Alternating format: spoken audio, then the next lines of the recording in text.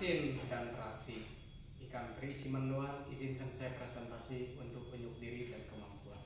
Bismillahirrahmanirrahim. Assalamualaikum warahmatullahi wabarakatuh. Waalaikumsalam warahmatullahi wabarakatuh. Pertama-tama marilah kita bersama-sama memanjatkan puji dan puji syukur kehadirat Allah Subhanahu wa taala, karena atas semua berkah kita dan rahmatnya kita semua bisa berkumpul di tempat ini dalam keadaan sehat walafiat.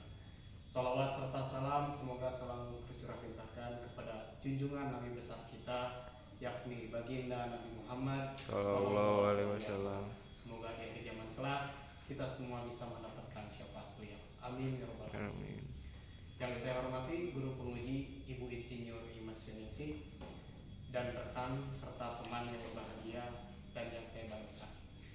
Pada kesempatan pagi kali ini, perkenankan saya untuk presentasi mengenai materi makalah yang berjudul Dampak Penggunaan Teknologi bagi Generasi Milenial atau yang kita sebut biasa generasi Gen Z.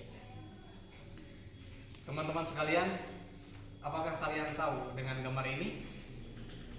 Ya, pastinya sudah tidak asing lagi ya.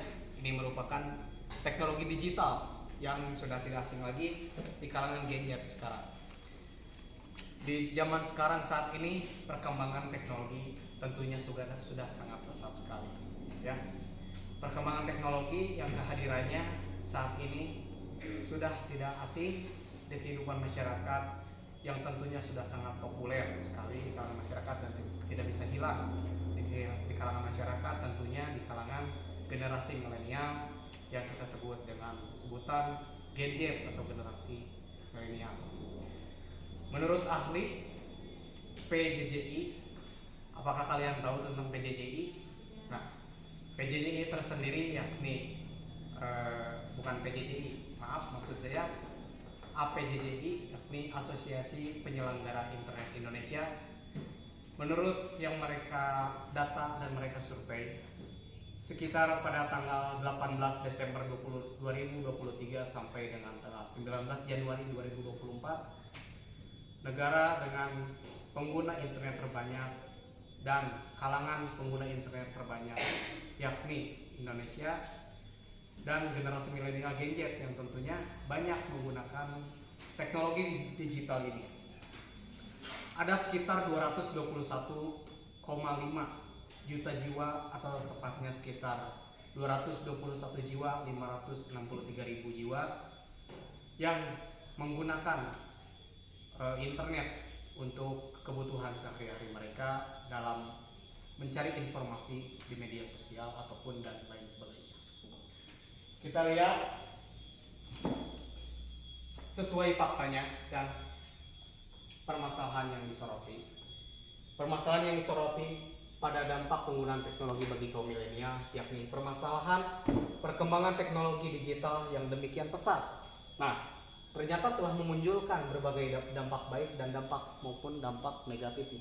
Dampak positif dan dampak negatif ini menurut penulis tertarik untuk mengupas dampak teknologi digital bagi kaum milenial di Indonesia. Nah, setelah saya mengamati dan meneliti fakta dan permasalahan yang disoroti dalam makalah ini, terdapat rumusan masalah sebagai berikut. Rumusan yang pertama di sini ada satu, bagaimana sih dampak perkembangan teknologi digital terhadap perkembangan milenial dan bagaimana cara mengatasi dampak positif penggunaan teknologi digital pada kaum milenial. Nah, di antara fakta permasalahan dan rumusan masalah tersebut tentunya ada tujuan. Nah, tujuan tersebut ada yang pertama tujuan dari penulisan makalah ini tentunya ada untuk satu, mengetahui dampak perkembangan teknologi digital terhadap kehidupan milenial di Indonesia.